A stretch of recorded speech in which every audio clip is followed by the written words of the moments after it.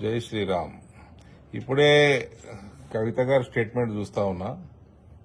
ఆమె ఓపెన్ గా చెప్పేస్తున్నది హరీష్ రావుకి, సంతోష్ రావుకి 100 కోట్లు 1000 కోట్ల రూపాయలు వచ్చినాయి కాళేశ్వరంలో అని.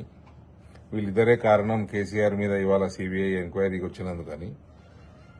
ఆమె కుటుంబ సభ్యురాలు, ముఖ్యమంత్రి గారి కూతురు, వర్కింగ్ ప్రెసిడెంట్ గారి చెల్లెలు, ఆనాటి ఇరిగేషన్ మినిస్టర్ గారి కజను.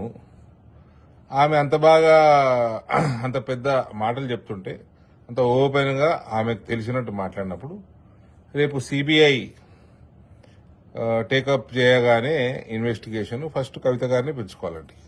ఫస్ట్ కవిత గారిని పిలుచుకుంటే ఈజీ అయిపోతుంది, టాస్క్ ఈజీ అవుతుంది. రెండో విషయము, కవిత గారు ఎట్లా ఆల్కహాల్ స్కామ్ల, ఢిల్లీ లిక్కర్ స్కామ్లో తిరుగుతూ ఉంటారు కదా, టికెట్ వేస్ట్ కాకుండా అదే టైంలో ఇది కూడా అడిగితే పోతుంది. రెండు కలిపి పిలిస్తే సరిపోతుంది.